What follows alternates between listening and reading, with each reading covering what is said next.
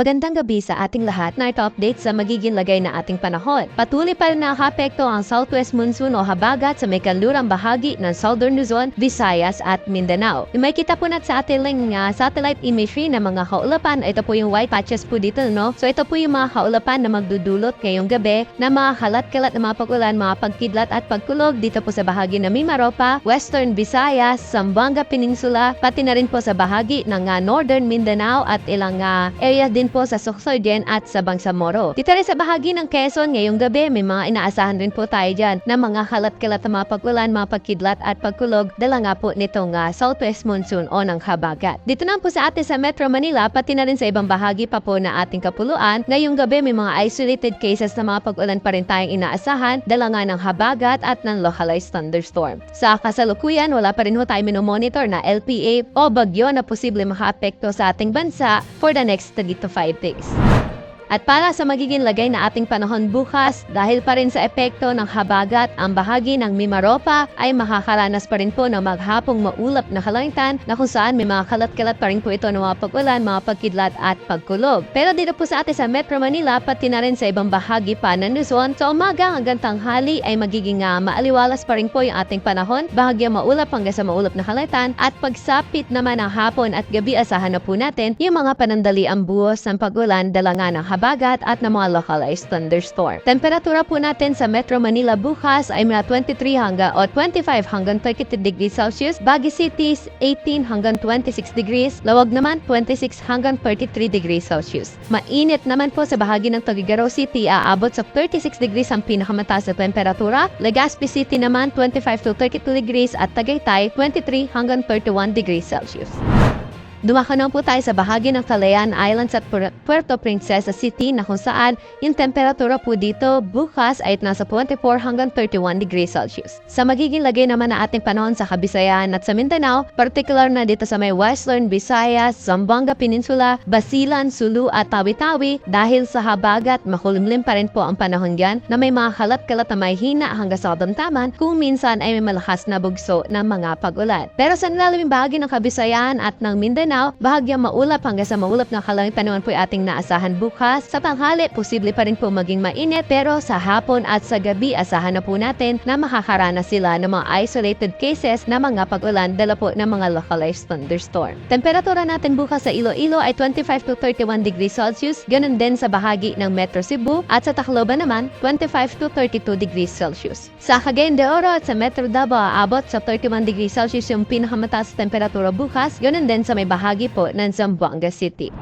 Sa mga kababayan naman ho natin na maglalayag, magandang balita pa rin dahil wala tayong nakataas na gale warning sa anumod baybay na ating karagatan at yearly magiging banayad hanggang sa pamtaman lamang ang mga pag-alon sa ating mga baybaying dagat. At para po sa ating 3-day weather outlook dito sa Metro Manila, hanggang Sunday o even hanggang Tuesday po ito ay magiging maaliwalas po yung ating panahon. So magpapatuloy po yung naranasan natin na sa umaga hanggang tanghali ay may pagkamainit yung ating panahon. Sa hapon at sa gabi naman, may mga tsansa pa rin po na mga pag-ulan. Sa bahagi naman ng Baguio City, fair weather condition din po yung naasahan natin for the next 3 days, mga isolated na mga pag-ulan lamang sa hapon at sa gabi. Temperatura sa Baguio City ay mula 18 hanggang 26 degrees Celsius. Sa Legazpi City over the weekend o hanggang Sunday ay magiging maaliwalas pa rin po ang panahon dyan na mga saglitang pag-ulan lamang sa hapon at sa gabi ang ating inaasahan. Pero kung makikita po natin, pagsapit ng Lunes hanggang Martes ay magiging maulap po ang kanalang kalangitan na may mga kalat-kalat na mga pag-ulan, mga pagkidlat at pagkulog. Ito ay posibleng dulot na ng easterlies o yung hangin na nagmumula sa dagat Pasipiko. Kaya ang temperatura po natin sa bahagi ng Legazpi City by Sunday ay nasa 25 hanggang 33 degrees Celsius, pero pagsapit ng Lunes hanggang Martes ay nasa around 31 degrees Celsius na lamang po yung kanilang maximum temperature. Dumako na po tayo sa Kabisayaan. Sa Metro Cebu ay yearly fair weather condition po inaasahan natin hanggang Martes po ito, mga isolated na mga pag-ulan lamang sa hapon at sa gabi. Sa Iloilo naman, dahil sa epekto ng habagat ay hanggang Linggo, makakaranas pa rin po sila na makulimlim na panahon na may mga kalat-kalat na mga pag-ulan, mga pagkidlat at pagkulog. Pero pagsapit ng Lunes hanggang Martes, improving weather condition na po yung inaasahan natin sa bahagi ng Iloilo City. 25 to 32 degrees Celsius agwat ng temperatura dyan for the next 3 days. Sa bahagi naman ng Tacloban, wala tayong nasa na weather system na magdudulot po dyan na malawakang mapag-ulan, kaya hanggang Martes ay makakaranas po sila na maaliwalas sa panahon na sa hapon at sa gabi lamang yung mga panandali ang buwas ng pag-ulan. 26 hanggang 33 degrees Celsius agwat ng